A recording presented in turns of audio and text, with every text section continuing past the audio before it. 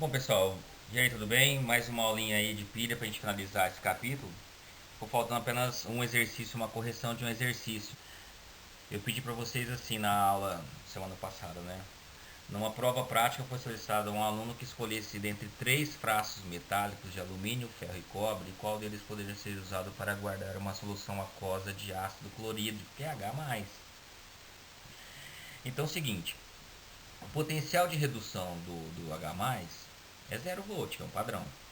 Então, ou seja, ele não pode ser o maior potencial de redução, ele não pode ganhar elétrons. O HCl, o ácido clorídrico, está na forma de H+, então ele não pode ganhar elétrons. Ou seja, ele não pode ganhar elétrons, ele não pode reduzir. Ou seja, ele não pode apresentar o maior potencial de redução. Se não pode apresentar o maior potencial de redução, então quer dizer que ele não pode ser guardado num ferro. Por quê? Porque se guardar com ferro, o ferro tem um potencial de menos 0,41. Então o hidrogênio e o ferro é o hidrogênio que vai reduzir, ele não pode reduzir. E quanto menos o alumínio. Guardar num potinho de alumínio, o alumínio, e comparado a ele apresenta o maior potencial de redução. O alumínio apresenta menos 1,68. Então vou ter que guardar aonde? Vou ter que guardar no cobre, no frasquinho de cobre. Por quê? Porque o cobre e hidrogênio, aí é o cobre que tem maior potencial de redução, então ele vai reduzir. Só que ele está na forma ele tá na forma reduzida, que é cobre metálico, ele está na forma de cobre 2, de cobre zero. Então não vai acontecer reação química com ele. E o hidrogênio não vai oxidar. Porque se o hidrogênio com o cobre, o hidrogênio apresenta o menor potencial de redução, zero, comparado a 0,34, então o hidrogênio vai oxidar. Só que está na forma de oxidada já é H+. Então não ocorre reação, tudo bem? Então dê uma olhadinha aí nessa solução, desse exercício que ficou da outra aula. E essa aula, moçada, então vai ser somente pilhas comerciais. Pilhas comerciais, basicamente você sabe. Tem o maior potencial de redução, vai reduzir.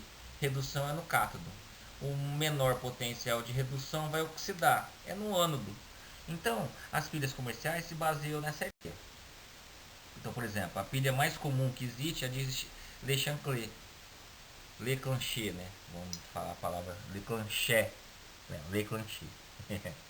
Esse Ezinho aqui, como ele é francês, esse coisinha ali, fica aí, Leclanché, certo? Então, basicamente, vai ter sempre um cátodo, vai ter um ânodo, e a reação de uma pilha comum, que é formada por zinco, e eu diria, a pasta ali, né, que é o eletrólito, é feito de cloreto de amônio.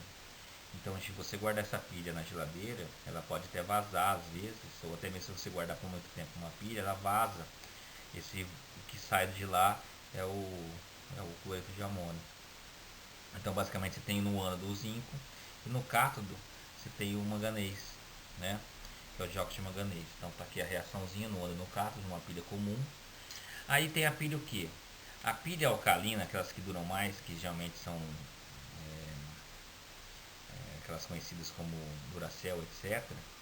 Eles usam também a lítio. Então, as pilhas alcalinas, ele substitui o cloreto de amônio por hidróxido de potássio ou hidróxido de lítio, tá bom? Então, é a única diferença. Aquelas pilhas de relógio já é a pilha de mercúrio. Então, você tem a reação global da pilha do mercúrio. Então, dê uma lidinha na apostila e não vai ter erro não, viu, moçada? Você não dá uma procuradinha, essa partezinha é mais fácil, mas a ideia se mantém. Numa pilha você tem que saber quem que é o cátodo, quem que é o ânodo, quem que oxida, quem reduz, quem que é o polo positivo, quem que é o polo negativo e calcular o DP da pilha, certo? Essa que é a ideia. Numa pilha de combustível, que a gente chama de célula combustível, também nessa mesma ideia, dei uma lidinha aí. Na verdade, se produz hidrogênio in situ, né, e na hora ali, gás hidrogênio, ele é queimado numa reação global aí para voltar a produzir água, tudo bem? Então dê uma lidinha também em células combustíveis e na apostila. Se não tiver na apostila, dê uma procuradinha. Agora é com vocês, moçada. Eu acho que vocês têm que se empenhar muito bem aí, dar uma procurada. Eu sei que tem gente que vai estudar mais, tem gente que vai estudar menos. Mas essa parte é só para você conhecer mesmo, porque eu volto a repetir. Você tem que ter a noção de quem que é o cátodo, quem que é o ânodo, quem oxida, quem reduz, quem é o polo positivo, qual é o polo negativo. e qual a DP da pilha, tudo bem? O que é uma bateria? Na verdade, uma bateria é uma pilha em série, né? E as baterias acumuladoras de chumbo, mais famosas aí, por exemplo, as de carro, né? Tem a reação aí que ocorre no ânodo, que a reação ocorre no cátodo. Se um dia tiver algum exercício desse tipo, o cara vai te fornecer os dados para isso, tudo bem? Vai te fornecer qualquer DDP ou cálculo para você calcular o DDP, e ele vai te dar dados do ânodo, do cátodo para você chegar aí. Então você não precisa se preocupar, você precisa ter a noção do que é. Então dá uma lidinha aí. E o problema do chumbo, tá? O chumbo é um poluente, então geralmente os caras guardam essa quando acaba a bateria, quando não volta, quando ocorre descarga e não sofre a carga novamente, então os caras vão lá, trocam essa bateria do carro e devolvem essa bateria. E principalmente porque ali também tem ácido sulfúrico, que é o eletrólito. E se tiver um vazamento ali é extremamente perigoso. E além do chumbo, que é um poluente. Então você tem que devolver a bateria onde você comprou. Certo? Então tem outro exemplo aí bonitinho. Aí é o seguinte. Só para finalizar, tem as baterias de níquel e cádmio que não se usa mais, tá? Hoje em dia é tudo bateria de íons lítio, do seu celular, do laptop, do computador, tudo bem? Antigamente se usava de cádmio, então tinha um probleminha que ela viciava, durava pouco. Hoje em dia as baterias de lítio, inclusive foi prêmio Nobel de Química 2019, o início do estudo, né, do que se conhece hoje de baterias de íons lítio, tá bom? Não é bateria de lítio, que aí a gente volta lá para aquela pilha de íons lítio que a gente viu agora mesmo ali, que eu falei para vocês, que é, que é aquelas tipo Duracell, né, ou bateria ou pilhas alcalinas. Essa não, baterias de íons lítio, tudo bem? Bom, só para a gente ter uma ideia, corrosão de metais, o ferro, moçada, ele sofre corrosão facilmente, porque no ambiente tem água, vapor d'água e ocorre a formação de ferrugem. Então, o que se faz?